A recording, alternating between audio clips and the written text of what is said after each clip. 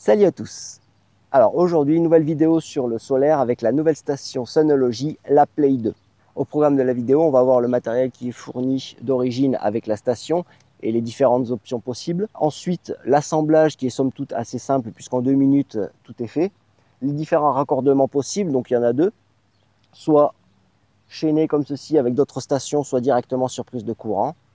Ensuite, l'appairage du micro-onduleur, donc nouvelle version de micro-onduleur avec la station Stream de Sonology. Et enfin, les différents tests qui vont permettre de voir l'efficacité ou non de cette nouvelle station.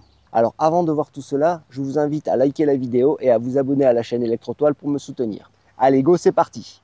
Pour ceux qui découvriraient mes vidéos ou le principe de fonctionnement d'une station ou d'un kit solaire, eh bien sachez qu'il s'agit d'un panneau photovoltaïque sur support inclinable avec un boîtier plug and play placé à l'arrière à brancher sur prise de courant.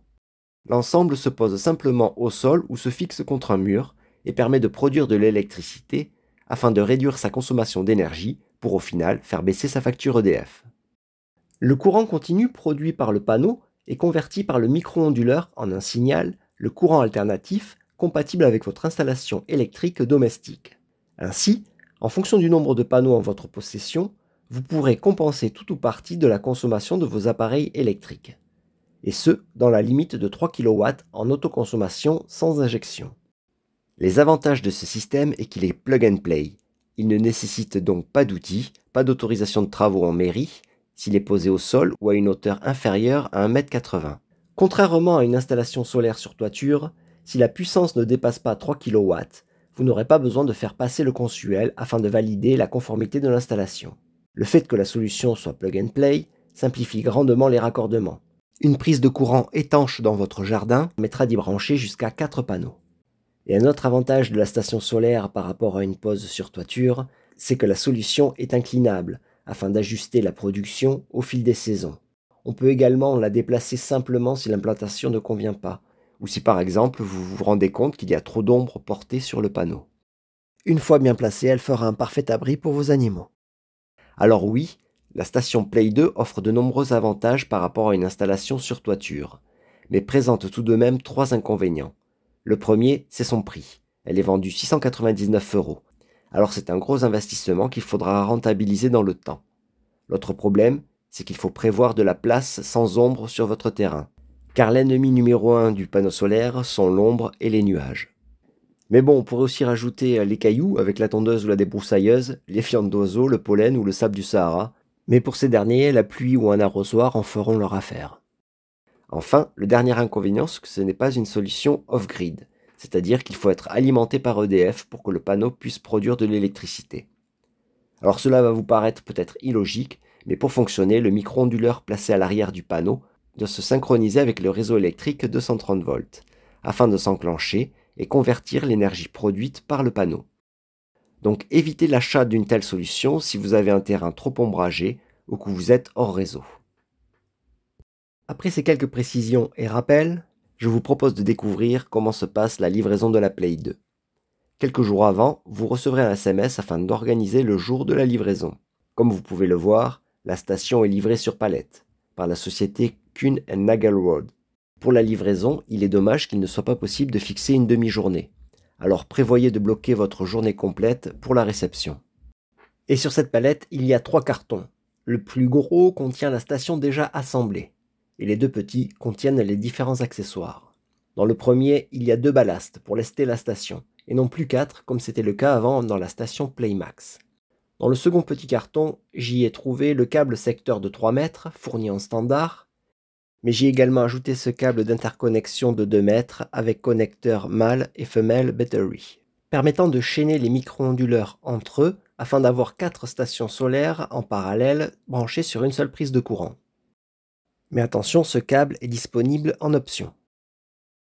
Et à l'ouverture du grand carton, on y retrouve la station préassemblée, quasi prête à produire, ainsi qu'un livret papier qui vous aidera à l'installer. Et je trouve ça bien d'avoir rajouté ce fascicule papier et non pas un unique QR code permettant de se connecter à une notice numérique ou à une vidéo. Et ce document aidera grandement les personnes qui découvrent le photovoltaïque afin de se familiariser au matériel qui compose la station solaire. D'ailleurs, voyons les caractéristiques du matériel composant la station solaire. Et tout d'abord son panneau photovoltaïque de marque DMGC, dont l'étiquette placée à l'arrière nous donne les informations intéressantes. Sa puissance crête est de 450 watts plus ou moins 3%. On dépasse donc de 25 watts la puissance de la Playmax. Le courant à puissance maximale est de 13,54 ampères et la tension à ses bornes est de 33,24 volts. Et côté dimension, la dalle fait 114 cm de large pour 176 cm de long avec une épaisseur de 3 cm. Le panneau est livré pré-câblé jusqu'au micro-onduleur avec deux câbles de section 4 mm équipés de connecteurs MC4 mâle et femelle. Quant au micro-onduleur, la grande nouveauté, le traditionnel O'Miles est remplacé par un micro-onduleur Tessun. Et pour connaître ses caractéristiques, il faut le retirer du panneau. Pour cela, j'ai besoin d'un cliquet avec une tête hexagonale TH5 et une clé de 13 afin de maintenir les deux écrous placés à l'arrière. Je desserre suffisamment les deux vis, ce qui va me permettre de pouvoir dégager le micro-onduleur du panneau. Et si besoin, il est même possible de débrocher les connecteurs MC4. Pour cela, soit on utilise une clé adaptée pour MC4, ou sinon une simple pince à bec long fera l'affaire. Et voici donc ses caractéristiques. Côté puissance, en sortie, on est désormais sur du 450 watts, donc 50 watts de plus que la Playmax.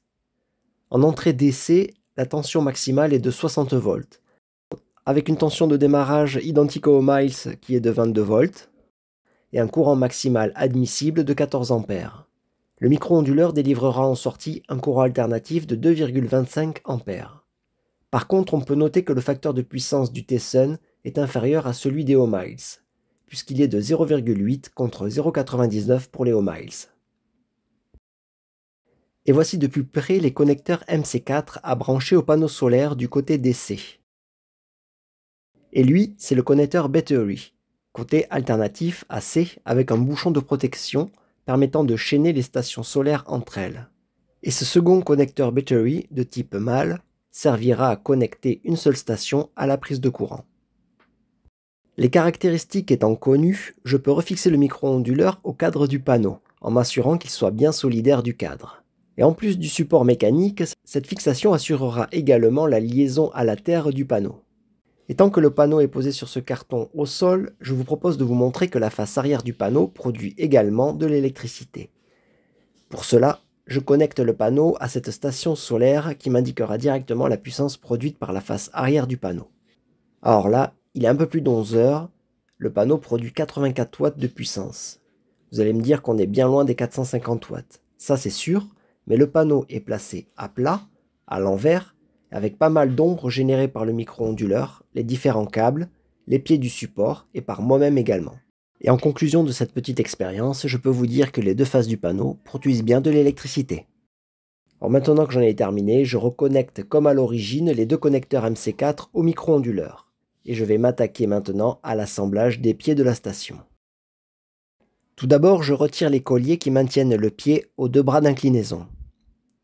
Puis je lève le pied de support et le premier bras. Je tire la goupille en l'alignant avec le trou placé en haut du bras. Lorsque le tout est aligné, je relâche la goupille et le tour est joué.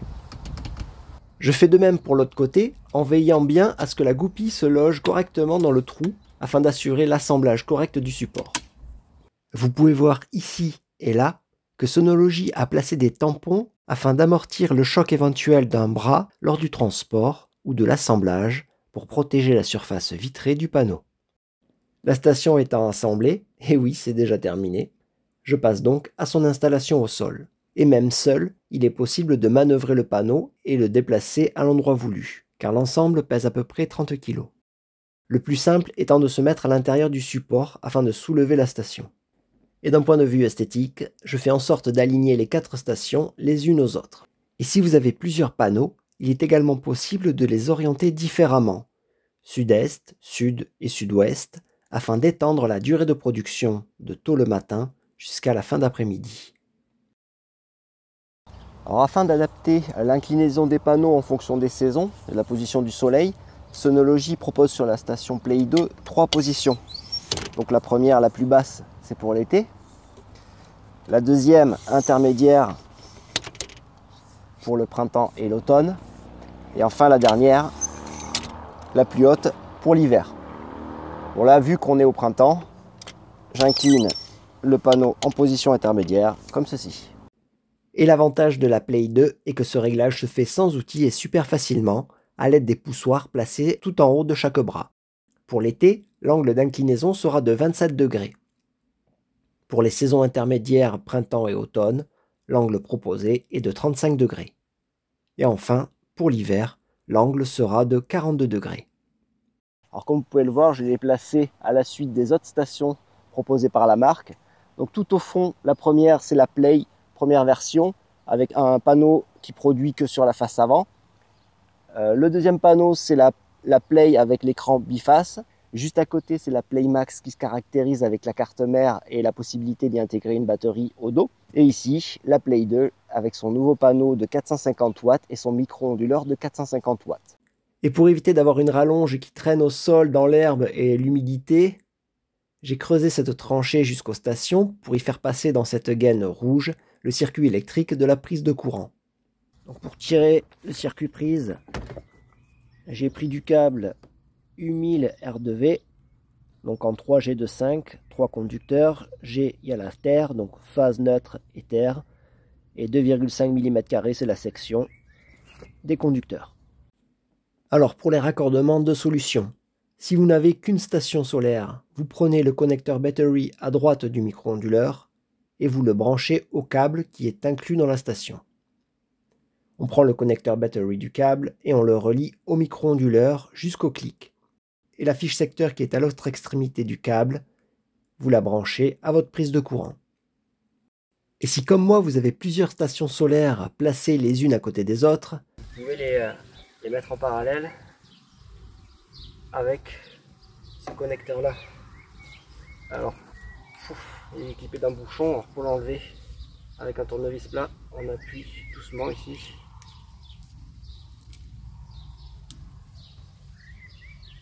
et on retire le connecteur. Alors c'est pas évident, faire doucement, sinon voilà, cette languette là est assez fragile et elle casse sinon. Alors, vous voyez, là il y a les deux types de prises, mâle et femelle. Donc moi de l'autre côté,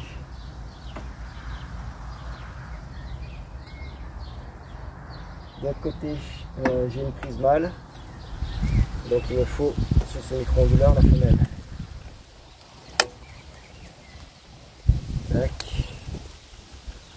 Alors il va falloir que j'enlève le détrompeur ici pour pouvoir les connecter ensemble parce qu'ils sont tous les deux équipés.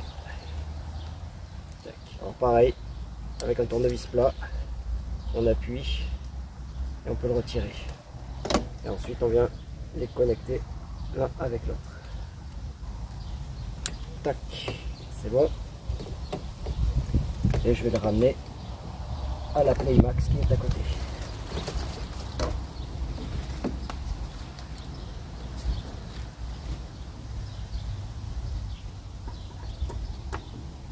Voilà. Comme ça, les deux stations sont interconnectées. Lui, du coup, pour pas laisser les connecteurs à nu, on remet un bouchon. Tac, comme ça devient étanche. Et lui, je vais l'attacher quelque part. Je vais l'attacher avec les colliers, les Colson. Alors, je prends les colliers.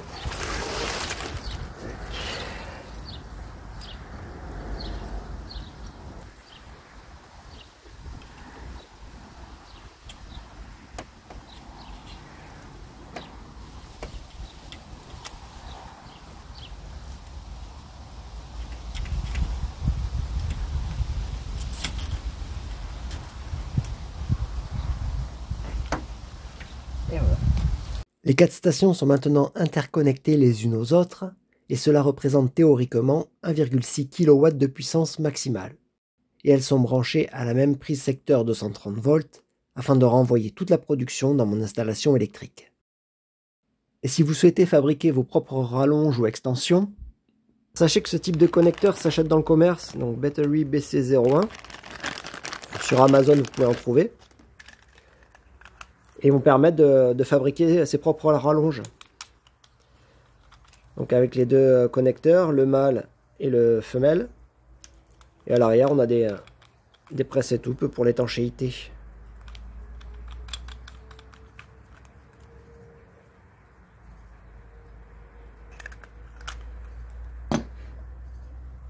Et le petit ergot ici que j'expliquais tout à l'heure, qui vient s'enquiller ici. Hop, mince.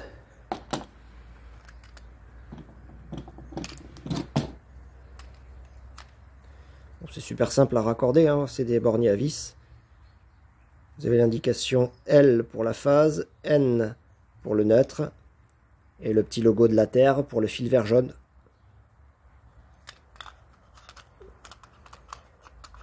Tac. Bon, il faut l'éclipser bien sûr, et bien visser comme il faut le presse-étoupe, avec un diamètre de câble suffisant pour que l'étanchéité soit bonne à l'intérieur. Pour assurer la stabilité de la station, il faut penser à remplir de sable ou d'eau les deux ballasts de 10 litres. C'est un peu léger, je trouve, 2 fois 10 kg, donc j'ai rajouté quelques charges supplémentaires afin de bien lester le panneau, ainsi il ne bougera pas s'il y a du vent. Et elle, je vais essayer de pas trop la déranger car je pense qu'elle est bien installée. Et maintenant que la démarche auprès d'Enedis est réalisée, que la station est branchée et lestée au sol, elle doit produire de l'électricité. Mais ce qui est encore mieux, c'est de savoir réellement ce qui sort du panneau. Par curiosité, regardons le courant produit par le panneau en sortie, donc qui rentre en sortie du panneau, qui rentre dans le micro-onduleur. Je prends un ampèremètre, une pince ampère-métrique. Je vérifie qu'elle soit calibrée, elle soit 0, et je me mets sur un des câbles qui sort du panneau. Donc là, le panneau produit à l'heure actuelle 11,80 ampères, sachant que le courant maximal en sortie est de 13,5. Donc à puissance maximale, le panneau débite 13,5 ampères. Donc là, on est à 11,8, c'est plutôt pas mal. Bon, maintenant, on va voir comment ajouter le micro-onduleur Tesson dans l'application Stream. Donc, on lance l'application. Donc là, à l'heure actuelle, j'ai ma station Playmax qui produit 357 watts. La batterie se recharge. Elle a rechargé à 31%. Bon, il est 13h21. Pour ajouter la station Play 2, donc principalement le micro-onduleur Tesson, on va aller dans l'onglet paramètres. Ensuite, on appuie sur station Sonology. Et là, le bouton ajouter une station. Alors on nous demande si c'est une Playmax ou une Play 2. Donc moi en l'occurrence c'est une Play 2. Donc je fais sélectionner. Donc là, la Play 2 vient d'être découverte. Je fais appairer. On choisit le SSID du réseau Wi-Fi. En dessous, on tape le mot de passe de connexion à ce réseau Wi-Fi. Et ensuite, on fait valider. On attend un petit peu que la connexion s'établisse entre le micro-onduleur et la box internet. Alors, une erreur est survenue lors de la connexion Bluetooth. Ah, pourquoi? Bluetooth, alors j'ai le Wi-Fi, le Bluetooth et la géolocalisation. Pourquoi ça veut pas? Alors je refais valider. Ok, donc cette fois-ci c'est passé. Votre station est bien connectée au Wi-Fi. D'ici 5 minutes, vous pourrez observer votre production. Revenir sur Sonology Stream. Voilà. Donc pour l'instant, la connexion est perdue. On va attendre un petit peu que la connexion s'établisse entre le micro-onduleur et ma box internet. Et après quelques minutes, je peux enfin voir ce que produit réellement la Play 2. Alors, les données renvoyées par le micro-onduleur de la Play 2, le Tesson, met un peu plus de temps à se rafraîchir que les informations du micro-onduleur de la Playmax, donc le O'Miles. Mais on peut constater que le panneau Play 2 permet de produire davantage. Donc là on est à 414 watts. Sur la Playmax on est à 370 watts de production. On a une production nettement supérieure, bien supérieure avec la Play 2 qu'avec la Playmax. On est jeudi 16 mai, il est 13h13. Il pleut, Et la production solaire donc a bien chuté. La Play 2 produit 67 watts. Quant à la Play Max, elle est à 66 watts. Donc là, on est sur une production à peu près équivalente. Et par curiosité, si on se rend sur l'historique de l'application Stream, tout en haut, on a le graphique de production globale, donc des différentes stations que l'on a, compatibles avec l'application. En jaune, c'est l'énergie produite heure par heure. En vert, c'est l'énergie emmagasinée par la batterie de la Play Max uniquement. Et un peu en dessous, là, ici, j'ai l'énergie produite au total sur la journée. Donc là, il est 16h24, elle n'est pas complètement terminée. Mais la Play 2 a produit légèrement plus que la Play Max. Pour information, c'était une journée pluvieuse dans son ensemble. La veille, le 16 mai, la Play 2 elle a produit également plus, 2,1 kWh contre 1,8 kWh pour la Play Max. Le 15 mai, c'est pareil, 2 kWh pour la Play 2 et 1,9 kWh pour la Play Max. Bon, l'écart est un peu moins important. Le 14 mai, l'écart est plus important, 1,2 kWh pour la Play 2 et 979 Wh pour la Play Max. Bon, la première journée, c'est le 13 mai, c'est le jour où j'ai installé la Play 2. L'écart n'est pas très significatif puisque je l'ai mis en service aux alentours de 12h-13h. Donc forcément, la Play Max a produit plus puisqu'elle était branchée depuis le lever du soleil. Mais globalement, ce qu'on peut se rendre compte, c'est que la Play 2 produit quand même plus que la Play Max à inclinaison et orientation identiques. Et du coup, pour conclure par rapport à ces essais, je trouve que cette mise à jour est une vraie réussite. Que ce soit l'assemblage, les raccordements, l'intégration des relevés dans l'application Stream et l'efficacité de la production, cette nouvelle version est vraiment bien. Reste toujours comme défaut son tarif, qui est quand même assez élevé. À 699 €, je la conseillerais davantage aux personnes novices en photovoltaïque, qui souhaiteraient mettre un pied dans le solaire avec une solution clé en main, simple à installer et sans prise de tête. Car les initiés et bricoleurs pourront faire l'équivalent avec plus de main d'œuvre certes, mais à 2 fois moins cher. Et deux autres petits points négatifs, je trouve dommage dorénavant de ne fournir que 2 ballasts, et non 4 comme avant. Et l'autre point concerne plutôt le taux de rafraîchissement de la puissance dans l'appli Stream, qui est de 5 minutes, mais là c'est matériel. Je crois que c'est fixé par le micro-onduleur Tesson, donc pas grand chose à faire là-dessus. Toujours est-il que si vous jetez votre dévolu sur une station solaire Synology, mais que vous n'avez aucun intérêt pour le stockage de l'énergie, je vous conseille largement de prendre la Play 2 et non la Play Max. Et voilà, j'espère que la vidéo vous aura été utile, pensez à la liker et à vous abonner à la chaîne Electrotoile. Je vous en remercie par avance et je vous dis à bientôt pour une prochaine vidéo.